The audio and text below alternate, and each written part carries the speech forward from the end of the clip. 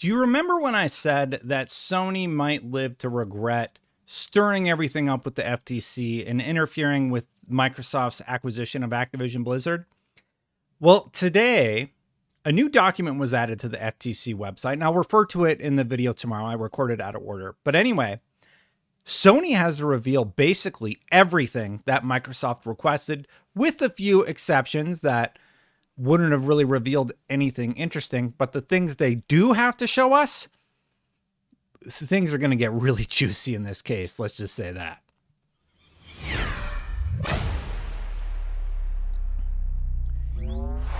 So I've given it a quick read, and just looking it over, here is the document that was posted.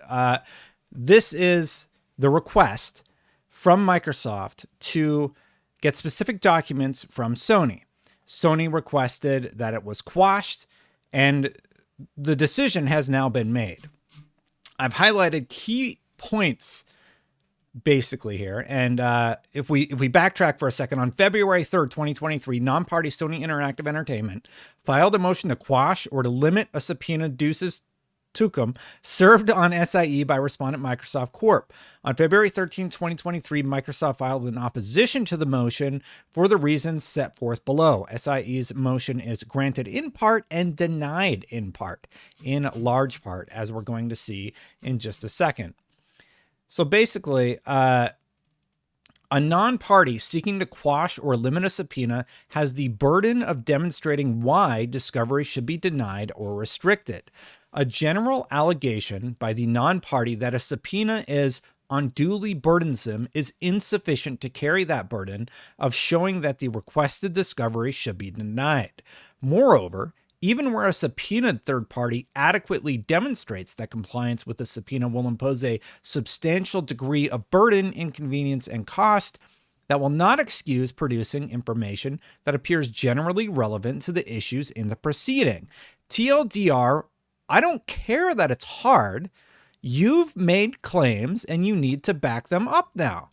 And kudos to the judge. So it starts out with a few custodians here. It starts out with Lin Tao and Hideki Nishino. SIE opposes including Lin Tao and Hideki Nishino as custodians whose files should be searched for documents responsive to the subpoena. SIE does not, as to either request the custodian, contend that the custodian's files are irrelevant. I can't talk, sorry. Nor does SIE persuasively explain why searching for and producing Tao's files presents an undue burden to SIE. Accordingly, SIE's attempt to resist discovery as to Tao on the basis of undue burden is rejected. SIE's motion fails to include arguments as to why discovery of the files of Nishino would be denied. Accordingly, SIE's request to exclude Tao and Nishino as custodians is rejected. So whatever Microsoft requested for those two will need to be provided. There are other requests. The relevant time period under the subpoena for the custodial record searches is January 1st, 2019 to present. The implication that responsive documents in the possession of a predecessor custodian would necessarily also be in the possession of that custodian's direct supervisor is speculative and unpersuasive. Accordingly, SIE's request to limit the scope of the custodial search as requested is rejected. So another rejection for Sony. They talk about Greg McCurdy. In-house counsel are not immune from discovery merely by virtue of their role as lawyers, nor does SIE contend otherwise. Rather, SIE contends that the burden of searching for responsive documents is too great because it is likely that such search would yield few non-privileged documents, that any non-privileged document discoveries are unlikely to be relevant. Motion at 5. SIE's assertions are conclusionary and unsupported. Such unsupported allegations are insufficient to support denying discovery. They're going to have to support the documents. Moreover, Microsoft has narrowed the request to external communications only and has limited the time period to the approximately 8 months in which McCarthy has been in his current role. This substantially reduces the alleged burden associated with collecting and reviewing McCurdy's documents. Accordingly, SIE's request to exclude McCurdy as a custodian is rejected. Microsoft's getting basically everything that they wanted here. And now we're going to get into the date range of how long they're going to have to go back to provide these documents. They requested 10 years. I'm going to tell you what they got in just a second. But before I do, I have like 700 more subs to go to hit my goal of 100,000 subscribers. So hit that subscribe button, hit that bell today. If you're one of the 50% of people who aren't subscribed, if you hit it, we would hit it right now.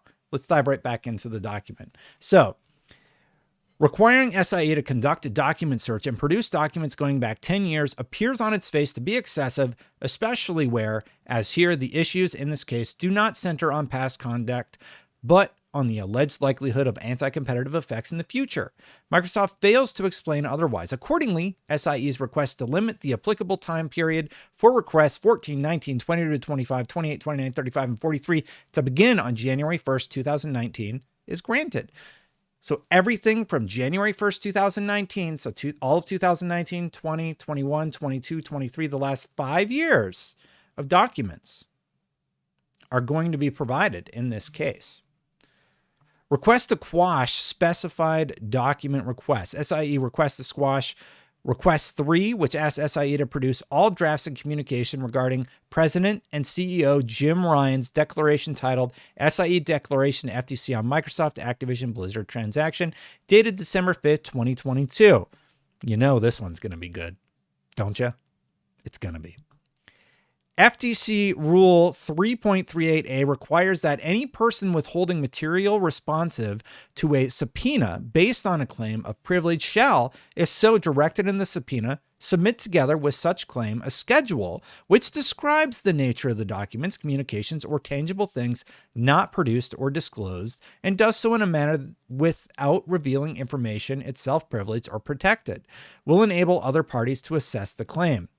Based on the foregoing, SIE has failed to demonstrate that request 3 should be quashed, and the request is rejected. We get to hear exactly what Jim Ryan has been saying behind closed doors, and I, for one, cannot wait to hear what he's been saying. Anyway, SIE requests to quash request 13, which seeks documents related to performance reviews and evaluations. This one was quashed, and let's be honest, that one was a little ridiculous, Microsoft. Like, performance reviews of employees, it was too much. SIE requests to quash request 35, which asks SIE to produce an executed copy of every content licensing agreement you have entered to with any third-party publisher between January 1st, 2012 and present. Every licensing agreement that Sony has had since 2012. The nature and extent of SIE's content licensing agreements are relevant to the complaint's allegations of exclusivity agreements between video game console developers and video game developers and publishers. Based on the foregoing, SIE's request to quash request 35 is rejected. We get to see every single content licensing agreement, likely monetary amounts, how much it netted Sony. We're going to get a whole lot of juicy information out of that one. And I hope this goes to trial. Like, I have to imagine that this request could be enough for Sony to be like, hey, you know what? We changed our mind, CMA. Just let the deal go through. We'll take the 10 years. Or have they burned that bridge at this point? Anyway, Exhibit H, I don't know what Exhibit H was. SIE refers generally to its response to the subpoena containing objections to 20 different definitions. They're overly broad, et cetera, et cetera. Anyway, accordingly, SIE's request that the subpoena definitions in various individual documents requests be quashed or limited in accordance with Exhibit H is rejected. So whatever Exhibit H was, and I don't remember, but that was rejected. So request to limit custodians denied. The request to limit document requests, including certain documents, is granted. They've reduced the time period. The request to quash documents, request 3 is denied.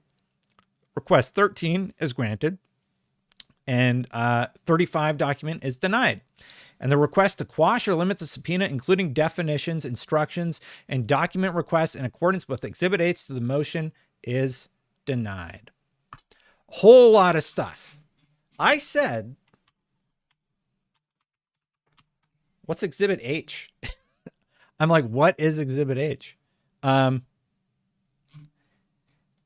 I'll have to look that up later. Let me know what Exhibit H is in the comments below. But yeah, Sony might be kind of kicking themselves right now because the FTC sort of has an open policy with this document.